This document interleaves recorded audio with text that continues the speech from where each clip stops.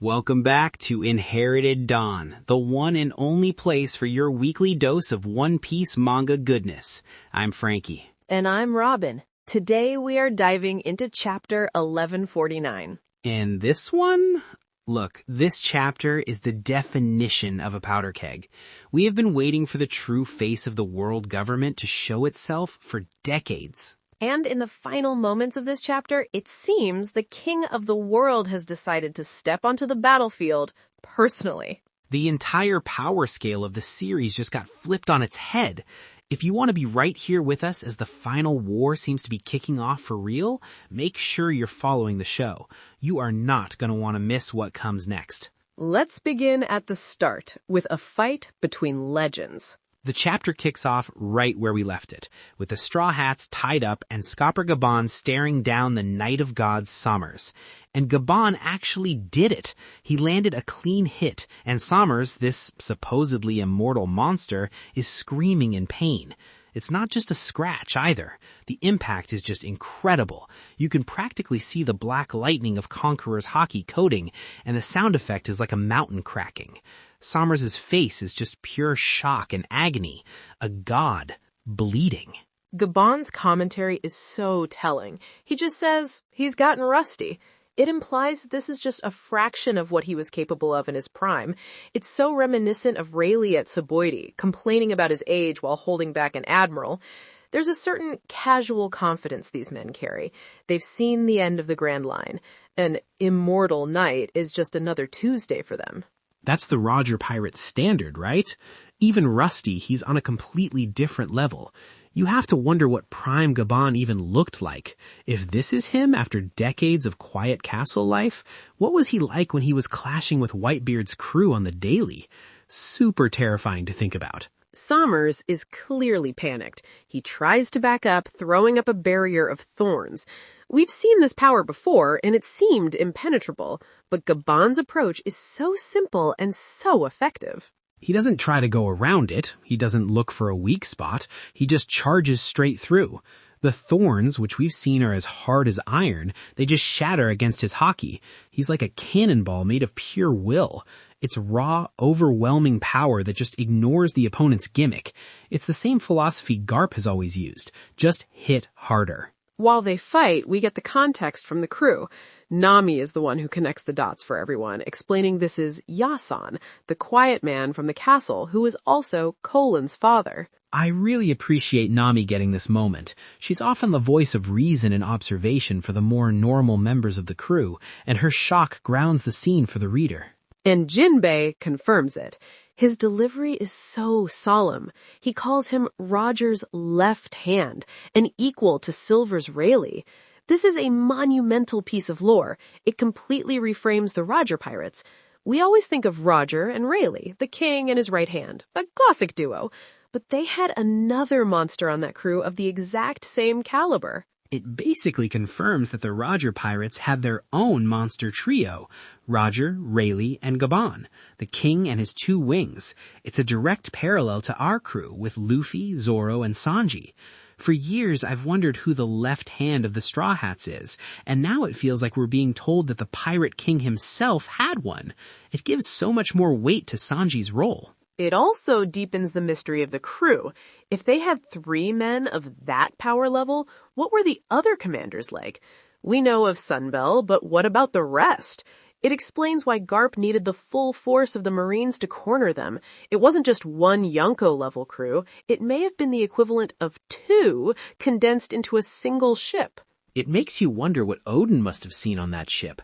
The sheer concentration of power. Roger, Rayleigh, Gaban. It's no wonder they were untouchable. They sailed to the end of the world not just because they had the poneglyphs, but because literally no one could stop them. They were a force of nature. The real focus, though, is on Chopper's face. While everyone else is stunned by the power display, he is watching with this intense curiosity. As a doctor, he's seeing the impossible. A being said to be immortal is bleeding. He's not watching a fight, he's trying to solve a medical mystery. You can see the gears turning in his head. What kind of Haki was that? Was it the Haki or was it the axe? Is their immortality a cell regeneration ability that has a limit? He's analyzing the wound, not the attack. It's such a perfect Chopper moment. It reminds me of when he first saw the minks and their electro. He was immediately fascinated by the biology of it. This is the same thing, just on a cosmic scale. His first instinct isn't fear, it's scientific inquiry. How does this work? And more importantly, how can I understand it? Robin, you even offer to help, which I love. Even tied up, you're looking for an angle, but Jinbei shuts it down quick. It's a bad matchup.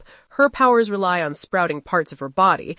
Against someone who can create thorns of iron, it would be unwise. A field of thorns would be a field of pain for her. Jinbei, with his knowledge of countless fighting styles, saw that immediately. It's a testament to his tactical mind. Understatement of the year. Sommers then goes all out, pushed into a corner by a rusty old man. He creates a whole field of thorns, a miniature forest of spikes covering the branch of the giant tree. There's nowhere safe to stand. He's trying to win by controlling the battlefield. And Gaban, he doesn't even care. He doesn't hop between the gaps. He doesn't fly over them. He just moves. One clean motion, almost like a dance, and he cuts Sommers clean in half. Vertically. The sheer speed and precision of it is breathtaking. It's the kind of attack you'd expect from Mihawk. It's the follow-up that's so brutal. He doesn't just defeat him, he doesn't watch him fall, he flicks his axe and the two halves of Sommers are sent flying, impaled on his own giant thorns. And Gaban turns his back and walks away to save his son. It's a message. It says, your power is meaningless, your title is meaningless, you are nothing but an obstacle between me and my family. A total statement. He's not here to play games. He's a father first, a legend second.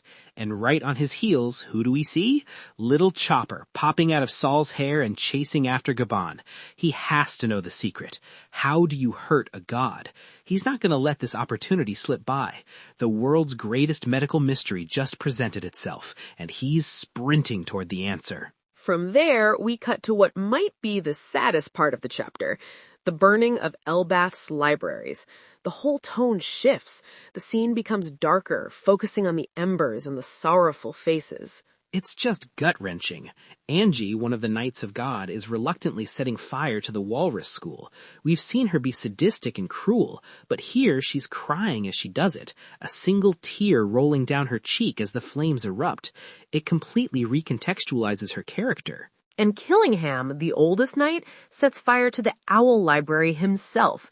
His face is stoic as he's reflected in the flames, but his hands are trembling. You can see the sorrow. These aren't just orders for them. It feels like they're being forced to destroy a part of themselves.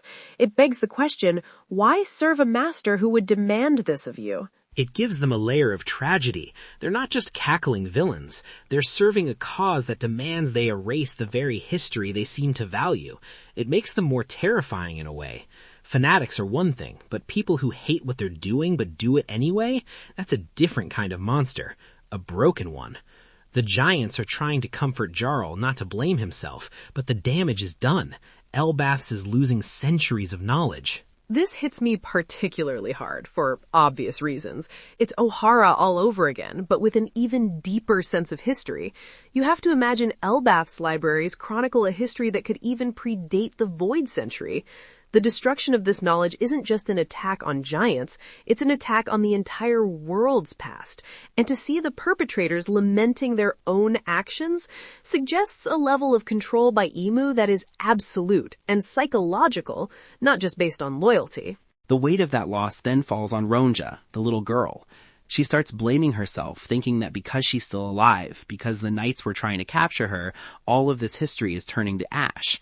It's a heavy burden for a child, and it's exactly the kind of generational trauma the world government specializes in creating. That's when Gaban shows up, and the whole energy of the chapter shifts again. He lands with a thunderous crash right in front of Gunko, who's holding the kids hostage. The smoke clears, and he's just standing there, axes at the ready. And his first words aren't a challenge or a threat. It's a declaration of principle. Yes. He tells her, you have no right to take away anyone's culture, their history, or their children. That's it. That's the philosophy of the Roger Pirates in one sentence. It's all about freedom.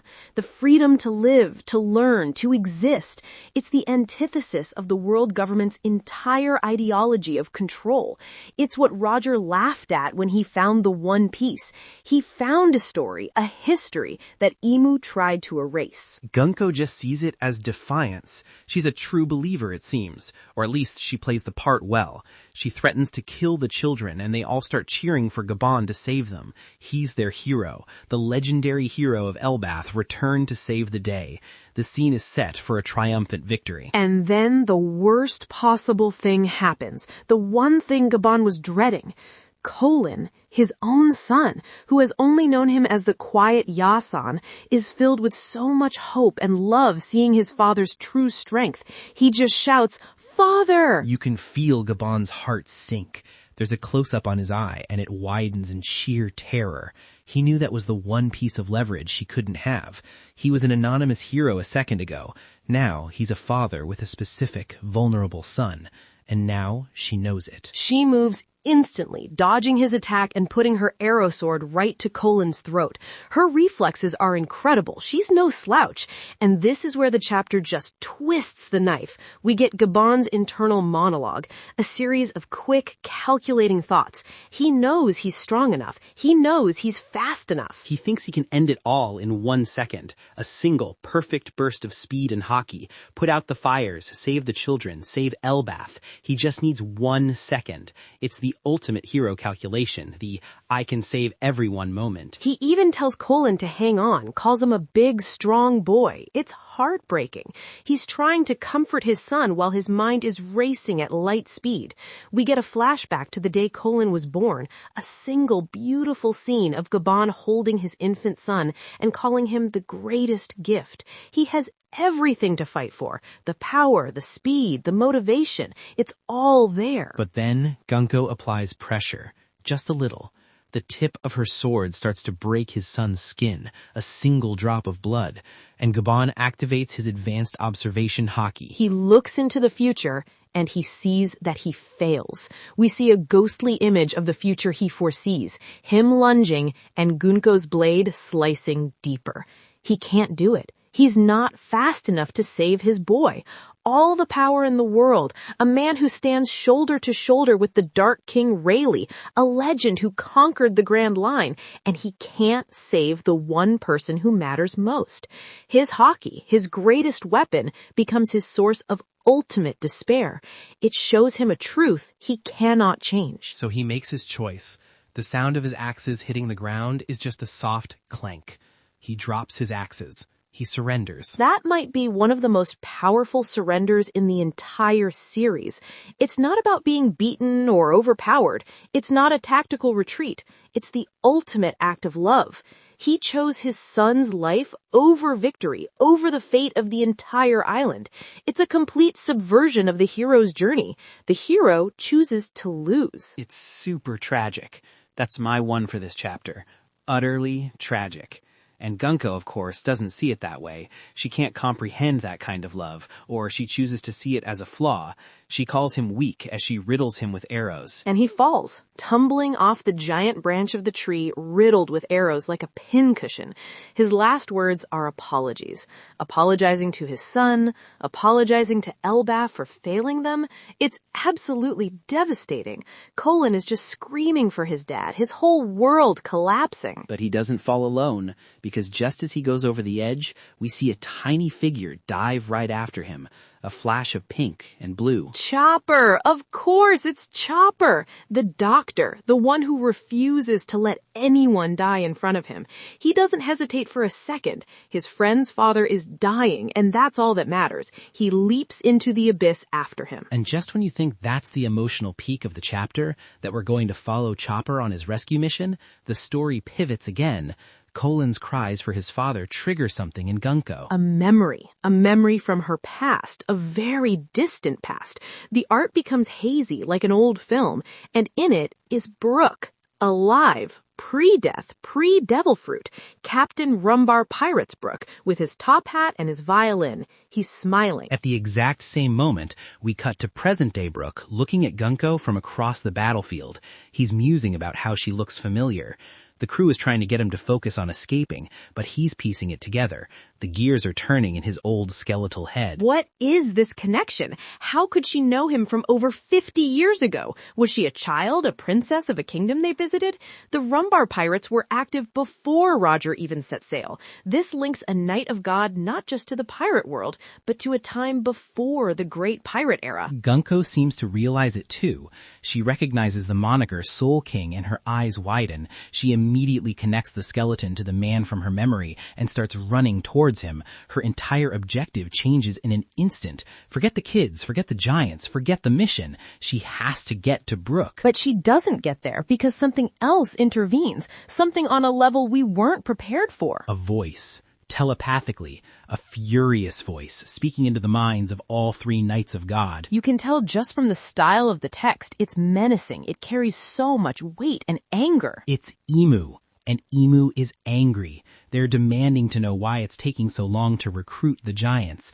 The word recruit is interesting. They don't want to conquer Elbaph. They want its warriors. But the reason they're so impatient is the real bombshell here. Mary Joie is burning. The Holy Land is under attack right now. We see the Pangea Castle in flames. That means Sabo, Dragon, the Revolutionary Army, their plan is in motion. While we've been here on Elbaph, the war for the Dawn has already started at the center of the world.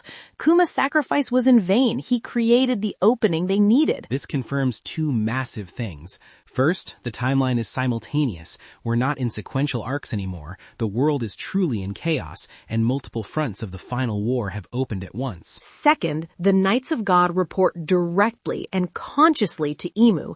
They know who is on the throne. They are Emu's personal will enacted upon the world. The Gorosei are just the public-facing politicians. These are the true enforcers. Emu has lost patience. They're done waiting. They see the assault on their home as a direct consequence of the Knights' failure to secure Elbaph's might quickly. And in the final, chilling moment, they act. Emu possesses Gunko's body, remotely, from Mary Joie's. A dark energy seems to flow into her, and her eyes change.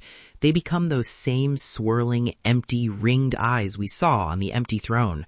The same eyes that were looking at Luffy's bounty poster. It's undeniably Emu. And the chapter ends with Emu speaking through Gunko's mouth in a voice that is both hers and not hers. A layered, terrifying sound declaring, "I will demonstrate the power of a god." The king of the world is on the battlefield.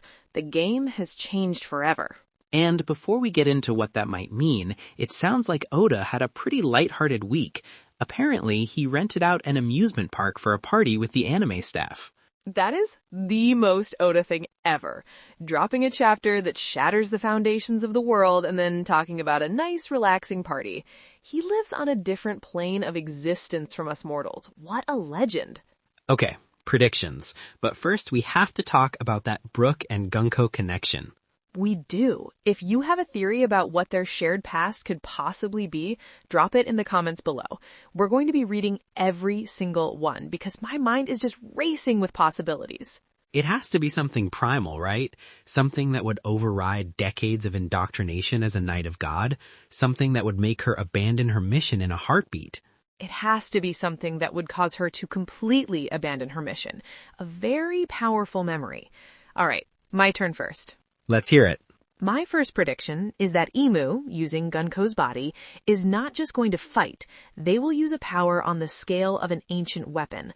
We're on Elbaph, a land of giant trees. I believe Emu's power is related to life and the planet itself. I think Emu will demonstrate control over the land, twisting the roots of the world tree or the entire island to show the giants what true power looks like. It will be an environmental level attack, making the very ground they stand on their enemy. A power that says, I am this world. To defy me is to defy reality. A show of force to cow them into submission. Instead of burning their history, Emu will threaten to unmake their entire home. I like that. It's terrifying. It's a god-level flex. My second prediction is about Chopper and Gaban. Chopper will save Gaban from the fall, probably using a combination of his forms. Jumping point to catch him, maybe guard point to cushion the landing. Gaban will be grievously injured, on the brink of death from the arrows and the fall. Before he passes out, he will whisper the secret to injuring the Knights of God to Chopper, and it won't be a special kind of Haki. It will be a biological weakness, a medical secret that only a doctor like Chopper could understand and exploit. Perhaps their immortality is a parasitic organism or a chemical process that can be reversed. Gaban will give Chopper the formula, not the technique. Oh, that's good. That makes Chopper the key to defeating them. He becomes the giant slayer, not through brute force, but through medicine. It's the ultimate payoff for his dream. I love it. Okay, my turn. My first one is about the Brook and Gunko connection. I think Gunko was a child slave on a ship that the Rumbar pirates liberated. Brook's music, his kindness, his whole vibe left an indelible mark on her. It was a moment of pure freedom and joy in a horrible childhood. Maybe he sang Bink's sake to her and the other children.